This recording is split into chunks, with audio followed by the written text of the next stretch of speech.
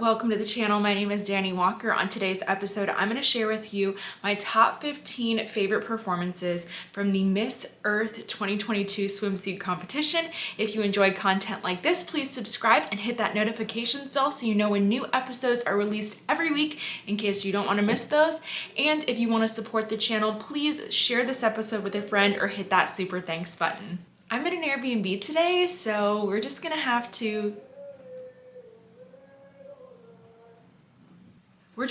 do our best. Clearly, our neighbors are practicing some sort of music, so they've been doing that all day, and we can't not film this episode today. Please don't forget, if you're a pageant contestant, I have a few free resources linked in the description for you. The first is my pageant prep course, and the second is my Pinterest page where I pin lots of outfit and wardrobe inspiration and actually link the pieces that I find and tell you what competitions that they would be great for. So don't forget to pin with me. In no particular order, I'm going to talk about my top 15 favorite performances.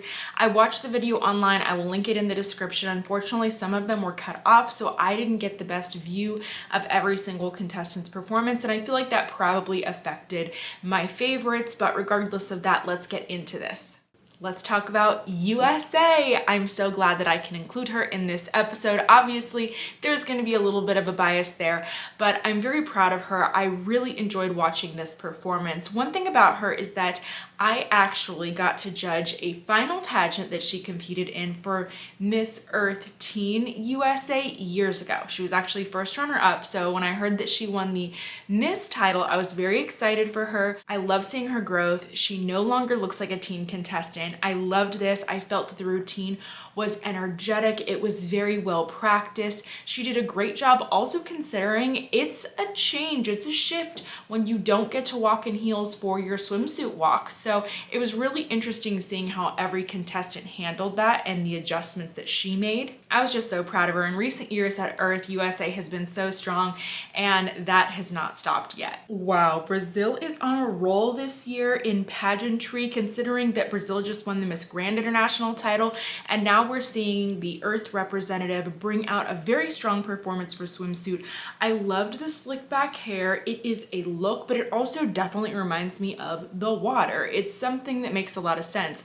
This hot pink swimsuit on her was beautiful. She had great energy, but most of all, I love that she just looked so present. She looked excited to be there. Ecuador, she was so happy in this routine, and it made me smile. She looked genuinely excited to be there. She was enjoying the experience. Yes, the routine was fun. Yes, I think her eye contact was great, but above all, I just really liked how happy she was for this competition. She was smiling, and it made me smile. Venezuela, I just have to say that swimsuit and the cape on her was perfection. I love the color. It's so interesting because this competition was at night. They did not have a lot of lighting, so I just didn't know what swimsuit colors would stand out, and it turns out this bright magenta hue ended up really looking great in this setting, and that was just one of the reasons that she stood out.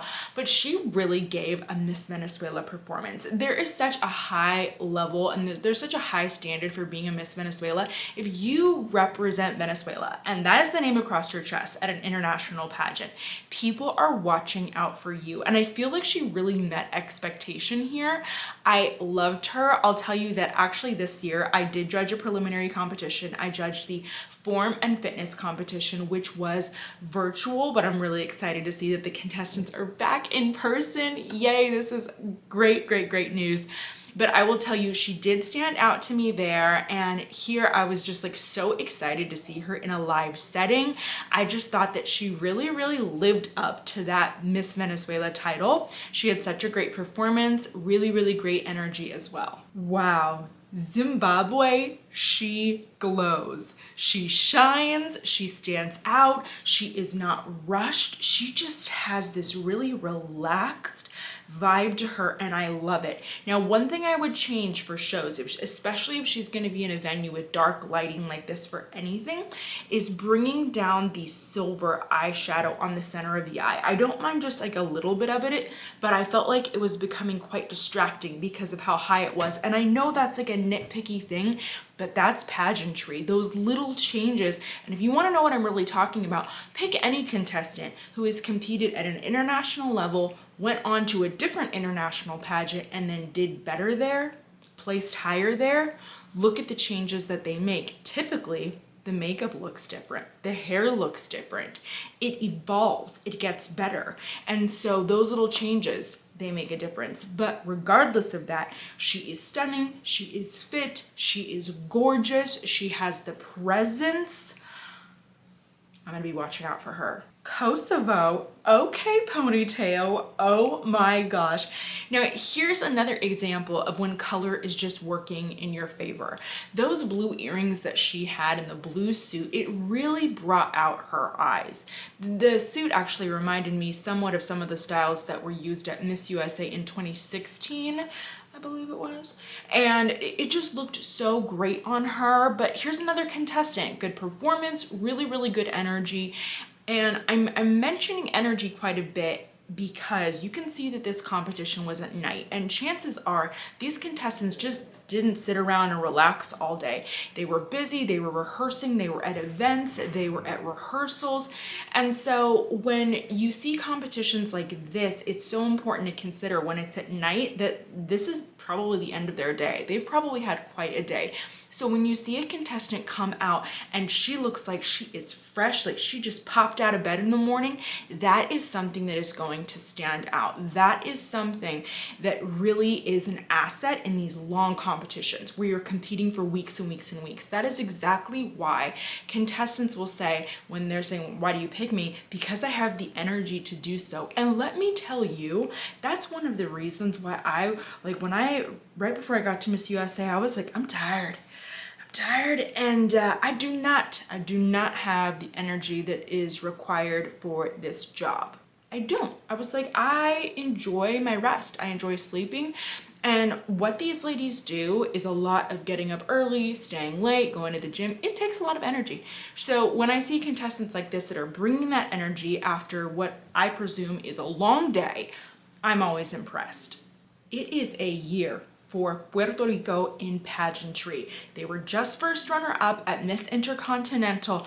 I have very high hopes for them at Miss Universe, and here we are. We have a very strong delegate for the Earth title. Wow, she is bringing face. Also, I love the shade of her blonde hair. It's truly golden, but it's not yellow. Did you notice that? Blonde hair, it is so hard to get right, and whoever is her stylist is doing it well. Also, this swimsuit that she wore was almost more like a fashion piece. It was fun. I liked it, but I think it was very smart that it was black, because if she would have wore this in a very bright, bold color, I think it could have looked very, very overdone. But considering it was in black with those little kind of golden elements that complemented her hair, the styling of it was really, really working for me, and I loved it. I loved the performance. She had great poses, great transitions, everything was clean, and she was stunning.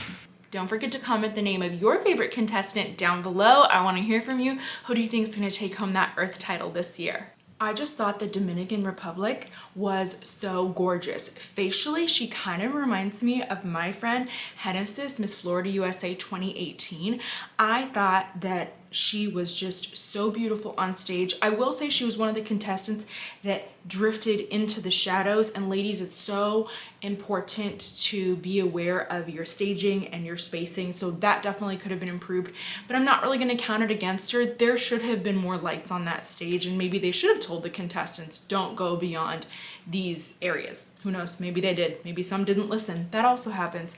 But she did great. I think that she really stood out here. I think that she really brought forward a competitive performance, and I just honestly couldn't stop looking at her face. I thought she was so beautiful. Loved the hair too.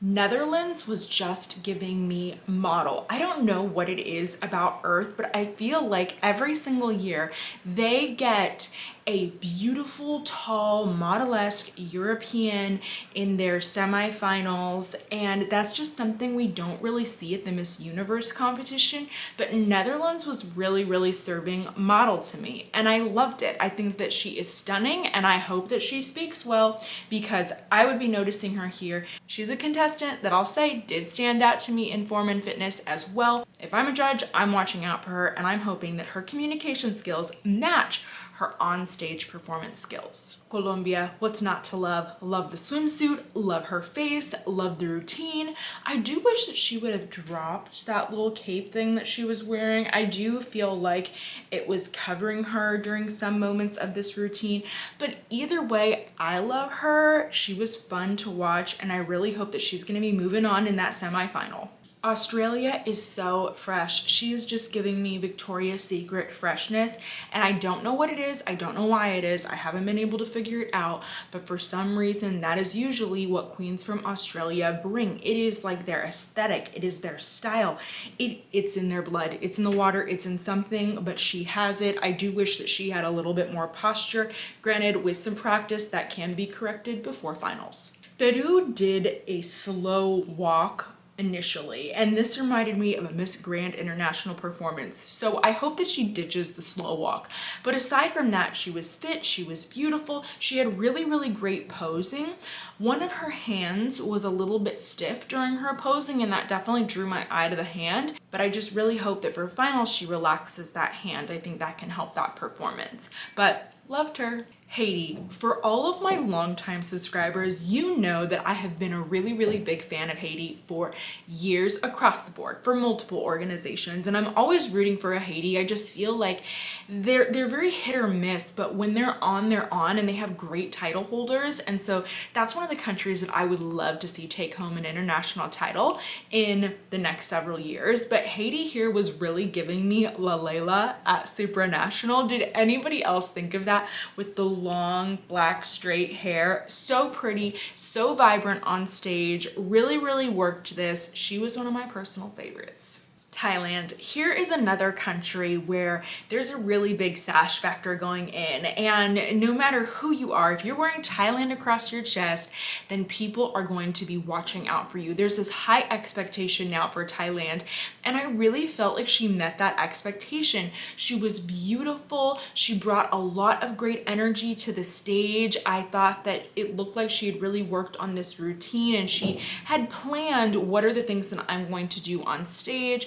She's very fit. I just loved her overall. Today we're not just gonna have a top 15. I actually have a tie for my 15th place, and that's between Argentina and Vietnam. I liked them both a lot. I felt like they both had really great performances, and I'm not saying that their performances were necessarily similar, but I am just going to mention both of them because I feel like it was just so close. And this is one of the cases why it's so important to have multiple judges, so then these tiebreakers can be broken for things like this. But both of them did an excellent job. Argentina, she was really smooth on stage.